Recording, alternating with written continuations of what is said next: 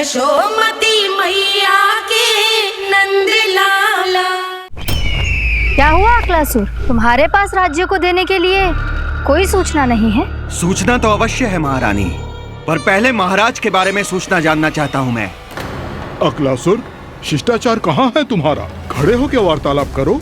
ये मत भूलो कि तुम राज सिंहासन को उत्तर दे रहे हो। सिंहासन पर सिंह ना हो तो शिष्टाचार का प्रश्न नहीं उठता।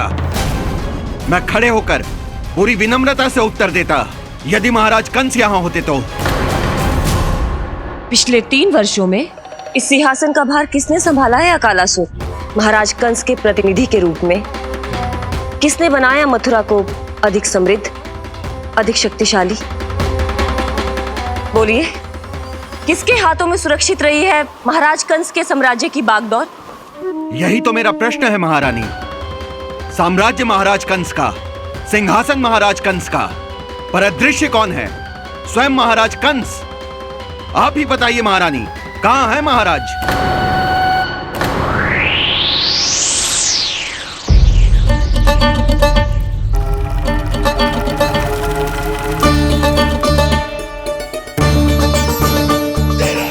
क्या तुम्हें ज्ञात नहीं है अकालासुर कि महाराज गहन तपस्या में है?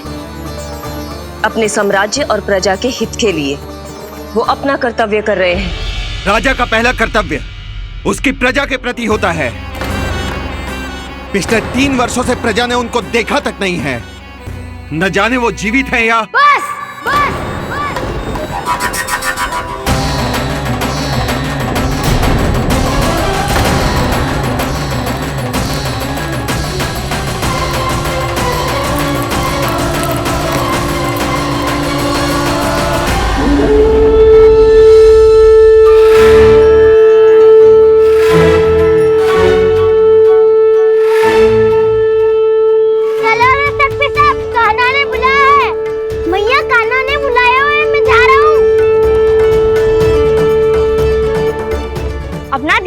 गोमाता, मुझे कान्हा ने बुलाया है।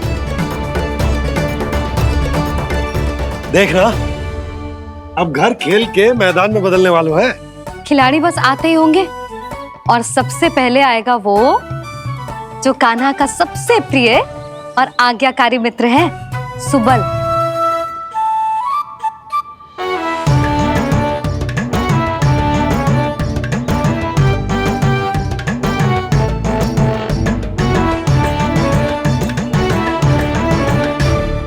नारायण नारायण, कान्हा ने बुलायो, मैं दौड़ा चलायो। तू तो पहले से ही फल खा रहा है। अब जो मैं इतने सारे व्यंजन बना रही हूँ उसके लिए तो तेरे पेट में स्थान ही ना बचेगी। मैं बचा लूंगा काकी, ये तो अभी समाप्त कर ही दूंगा, फिर जब बनाएगी वो भी खा लूंगा। ना कहकर अन्न का अपमान थोड़ी ना करूंगा मैं। अब दूसरा आएगा वो जिसका बड़ बोला व्यवहार पूरे गोकुल को पता है, कान्हा का सबसे पहला मित्र, सुमति का लल्ला उज्जवल।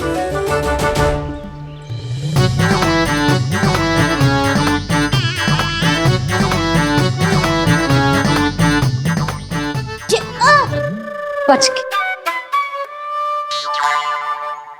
कान्हा, तेरे भोपू का स्वर सुनते ही चला आए हो। पता है कितनी कठिनाई हुई मुझे?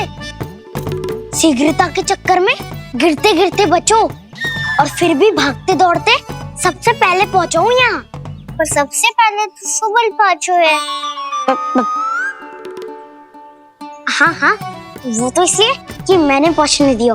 अरे कहीं तो प्रथम आने का अवसर मिलना चाहिए हमारे मित्र को, है कि ना? एक का पेट बातों से ना भरता और एक का भोजन करके भी ना भरता है। पर सुबल, तू जो खातो है वो जातो कहाँ है? मेरा आकार बड़ा है ना, इसीलिए अधिक भोजन की आवश्यकता होती है। सुबल, तू चिंता मत ही कर, तेरा प्रिय व्यंजन बनाया हो मैंने, खीर चूरमा। अब देखना सब, अब आएगा वो जो बोलता तो है पर तनिक धीमी गति से, पर दौड़ता घोड़े की गति से है। कान्हा ने पुकार लगाए मेरे पाँव ने गति पाई। भाई वाह यशोदा, तुम्हें तो सब पता है, किसका व्यवहार कैसो है, किसे कौन सो व्यंजन पसंद है। मुझे तो ये भी पता है कि अगला कौन आएगो। अच्छा, तो बताओ कौन? अब आएगो गोकुल का सबसे बड़ा सत्यवादी, पूर्णा मौसी का पोता मधुमंगल।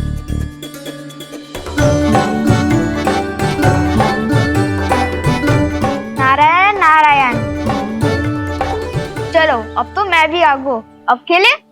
पर कान्हा तो अभी खेलना आरंभ करेगो। ऐसा क्यों? इसके दाव तो आएगी ना। और दाव के बिना कान्हा कछु आरंभ करे जे तो संभव ही ना है। दाऊ कहाँ रह गए? कान्हा वो वसंता से मिलने गया है। दोनों एक साथ ही आएंगे। दाऊ आ गए। वसंता दाऊ के ऊपर। नारायण नारायण नारायण।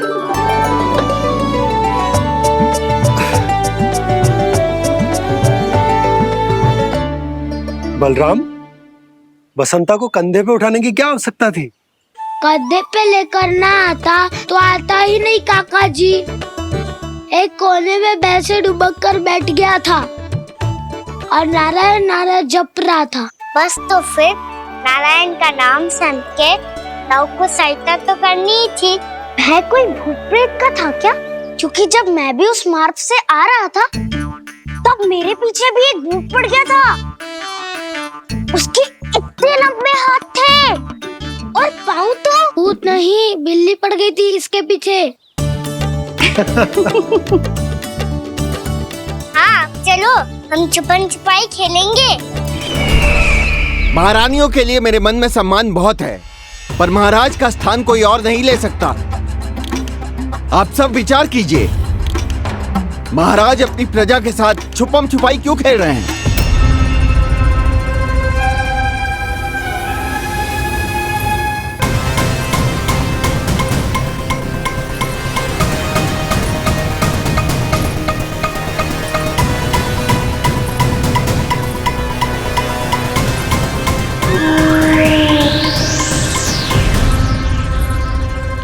तुमने कहा था नए अस्त्र शस्त्र आ चुके हैं, दिखाओ।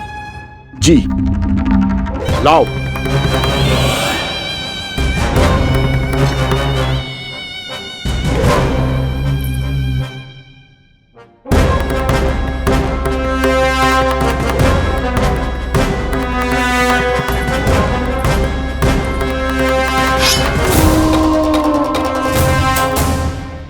ऐसे तलवार का भय दिखाकर आप मुंह बंद करवा सकती हैं, पर मन में उपजे प्रश्न को आप नहीं रोक सकती।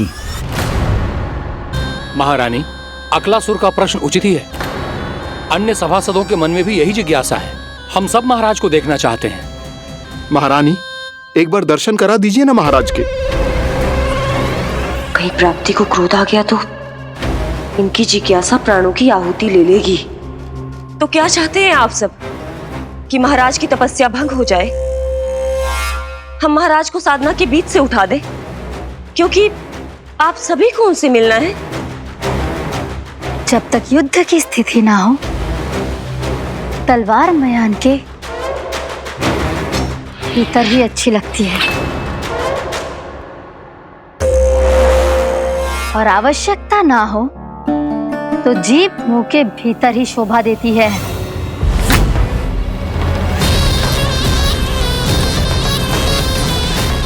आप सभी को अपने महाराज से भेंट करने का पूरा अधिकार है, इसलिए आज अश्विन पूर्णिमा को महाराज कंस आपसे अवश्य भेंट करेंगे। महाराज कंस की जय! महाराज कंस की जय! महारानी अस्ति और महारानी प्राप्ति की जय! अकालासुर, आना मत भूलना। चलो अब हम भी अपना कार्य आरंभ करते हैं। हाँ जी चलो। भोजन के लिए तो प्रतीक्षा करनी पड़ेगी, तो तुम लोग देख क्या रहे हो? खेल आरंभ करो।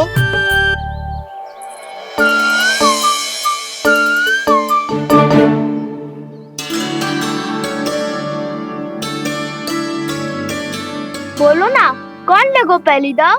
कान्हा। ठीक है। सदैव मेरे लल्ला को ही पहला दाव दे देते हैं और मेरा भोला भाला कान्हा मान भी लेते है। बालकों को जैसे आनंद आए खेलने दो उन्हें। पर कभी तो मेरे लल्ला को भी छुपने का अवसर मिलना चाहिए। बहुत प्रवीण है छुपने में, मुझसे अधिक कौन समझेगा?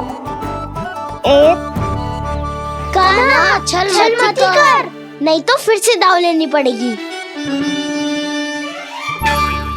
एक दाव लेने वाली की आंखें अनेक।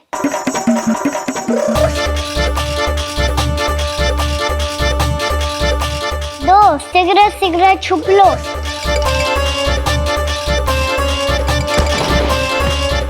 तीन आ रहा हूँ बजाते हुए बीन। चार सब हो गए ना तैयार। पांच अब देखो कान्हा का नाच।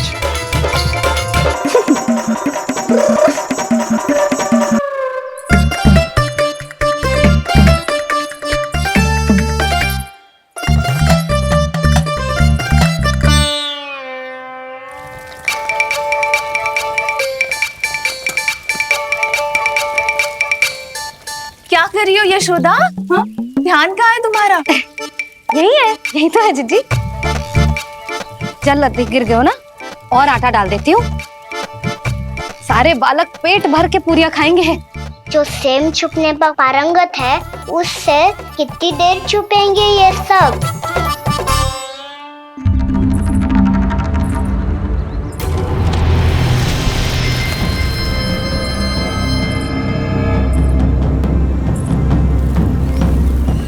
खेल के बहाने ही सही एक बार बाहर आ जाओ कृष्ण। आओ देखो तो सही, कौन है तुम्हारी प्रतीक्षा में इतना व्याकुल?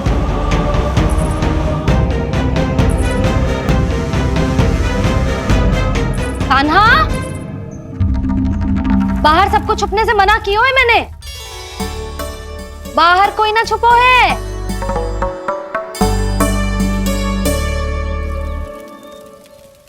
यहाँ कौन छुपा हो सकता है?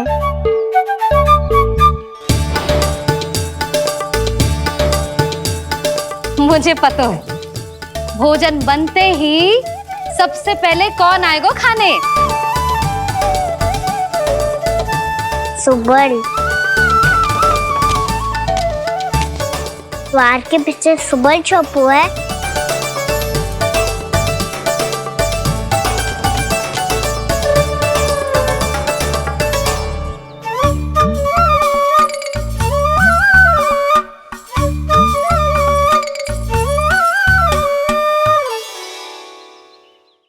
जानती हो रोहिणी जीजी, मेरा कान्हा तो किसी से भी ना डरता, ना भूत से, ना प्रेत से, और बिल्ली और बैल तो कछु गिनती में ही ना है।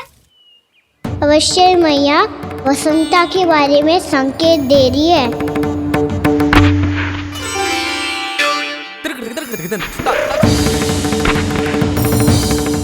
वसंता तू बोरे में छुपो है ना, चल बाहर आ जा।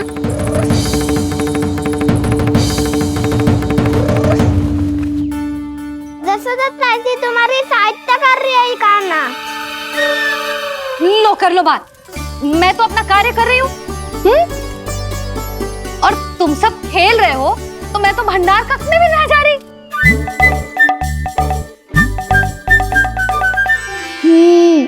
भंडार कक्ष में कोई चुप है?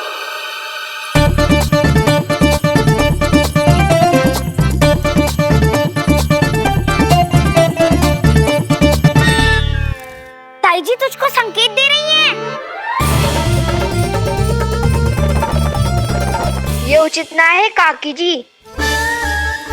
आप छल कर रही हो ताई जी। छल छल छल छल छल छल।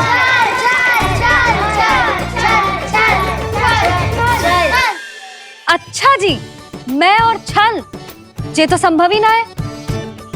आपने संकेत दियो है कान्हा को, खेल में इसकी सहायता करके छल क्यों है आपने? अच्छा, छल मैं करती हूँ? छल तो तुम सब करते हो मेरे लल्ला के साथ, उसे पहला दाव देके। ये अनुचित है ताई जी। ताई जी ने छल किया, ताई जी ने छल किया, ताई जी ने छल किया, ताई जी ने छल किया। मेरी मैया ने कोई छल ना किया।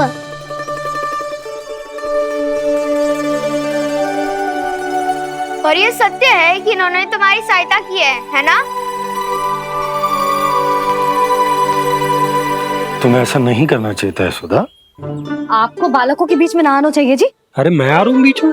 बालकों के खेल के बीच में तो तुम आ रही हो। उचित कहा। हाँ, ताऊ जी सही कह रहे हैं। ताऊ जी सही कह रहे हैं। देखो। ताऊ जी सही कह रहे हैं। मैं आई हूँ तुम लोगों के खेल के बीच में। हाँ। पक्की बात? हाँ। क्योंकि मैं तो स्वादिष्ट खीर, चूरमा और पूरियां बनाने जा रही हूँ तुम सबके लिए, वो भी माखन के साथ। मैया तो मुझसे भी अधिक चतुर है। अंतिम अवसर दे रही हूँ, बता दो मैं बीच में आ रही थी? ना। मैंने छल करो क्या? ना। पक्की बात? पक्की बात काकी, आप तो अपने कार्य में व्यस्त थी। हाँ, हमारे लिए पकवान बना रही थी। तो चलो बस पात में बैठ जाओ स्वादिष्ट व्यंजन खाने के लिए। आजा।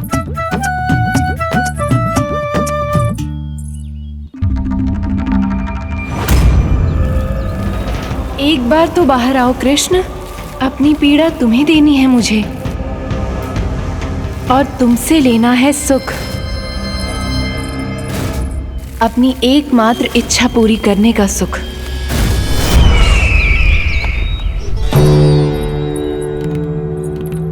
आश्वासन तो तुमने दे दिया, किंतु इस दशा में कैसे मिलाओगी इन्हें सभासदों से?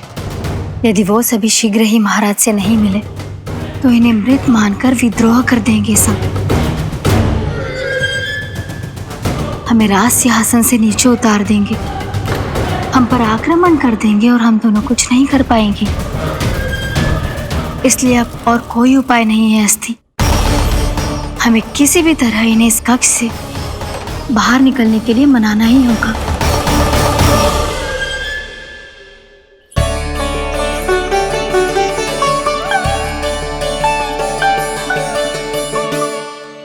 बलराम, कान्हा कहाँ है? मुझे ना पता काकी। यशोदा, होगा यही कहीं। देखना खीर चूरमा की गंध से कैसे अब भी दौड़ा चला आएगा। छे तो है पर गयो कहाँ? जीजी, आप इन सबको भोजन कराओ ना, मैं उसे ढूंढ के लाती हूँ। आ जाओ, आओ और पास आओ कृष्ण, आ जाओ।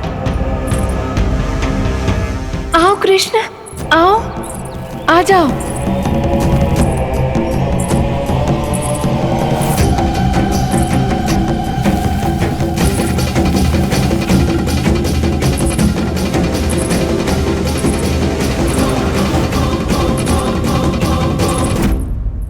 कान्हा, कान्हा,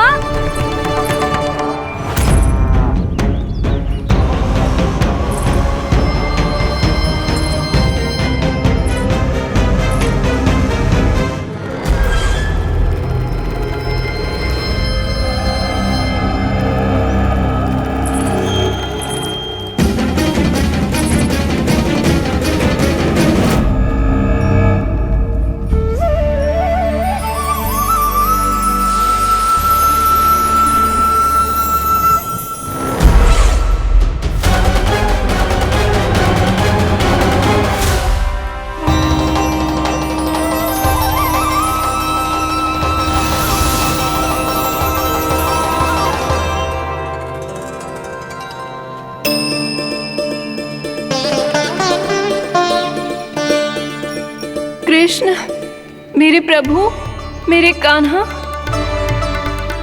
आज तुमने मेरी वर्षों की इच्छा पूरी कर दी।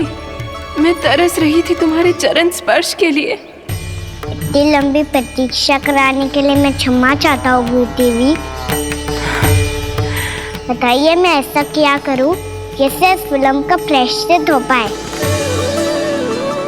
जो चाहिए था वो तो आपने पहले ही दे दिया प्रभु। अब अपने चरण कमल मुझ पर रखकर आपने मुझे कृतार्थ कर दिया। पर मेरे पास आपको देने के लिए अपनी तुच्छ मिट्टी और कंकड़ के सिवा कुछ नहीं है। मैं आपको क्या उपहार दूं प्रभु? आप सभी प्राणियों को अपने ऊपर स्थान देती है देवी। कोई पापी हो या महात्मा किसी के साथ पक्षपात नहीं करती, इसलिए आपकी मिट्टी और कंकड़ तुच्छ नहीं है देवी। यदि आप मुझे कुछ उपहार देना चाहती हैं तो प्रेम और समर्पण के रूप में अपनी मिट्टी दीजिए। मैं आनंद से स्वीकार करूंगा।